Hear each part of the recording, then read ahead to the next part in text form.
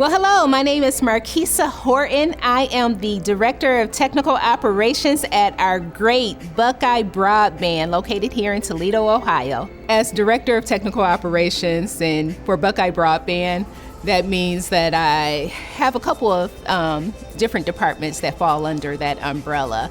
So we have the construction side of the house, we have the technicians that keep up the network and that's in charge of installation, and we also have the warehouse, and that's the equipment that you don't see that's out in the field, and the equipment that's also placed in your home. Well, it's funny, I always knew that I had a passion to work in management, but I never knew that I was interested in technology until I started working in a technical environment.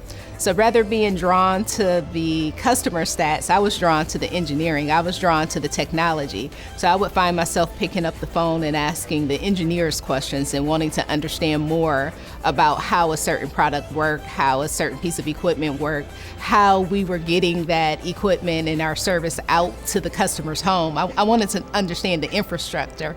And so the more that I ask questions, then I would find myself, when positions became available, just applying for those positions, and that was how I discovered I had an interest. It was never anything that I thought of in high school or college.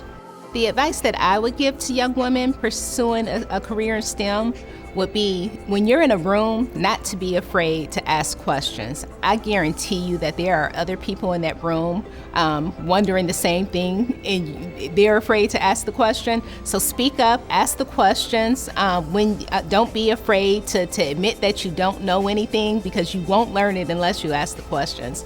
For me, it was really about becoming okay with myself. It was a journey of becoming comfortable with being the only female, no longer focusing on it. I'll tell you, in my journey, there was a time in my life I would walk in a room and I would count how many women, how many minorities. It was just something that I would find myself doing. And the more comfortable I became with knowing that I deserved to be in that room, the less that I took into consideration or worried about who else was in the room with me.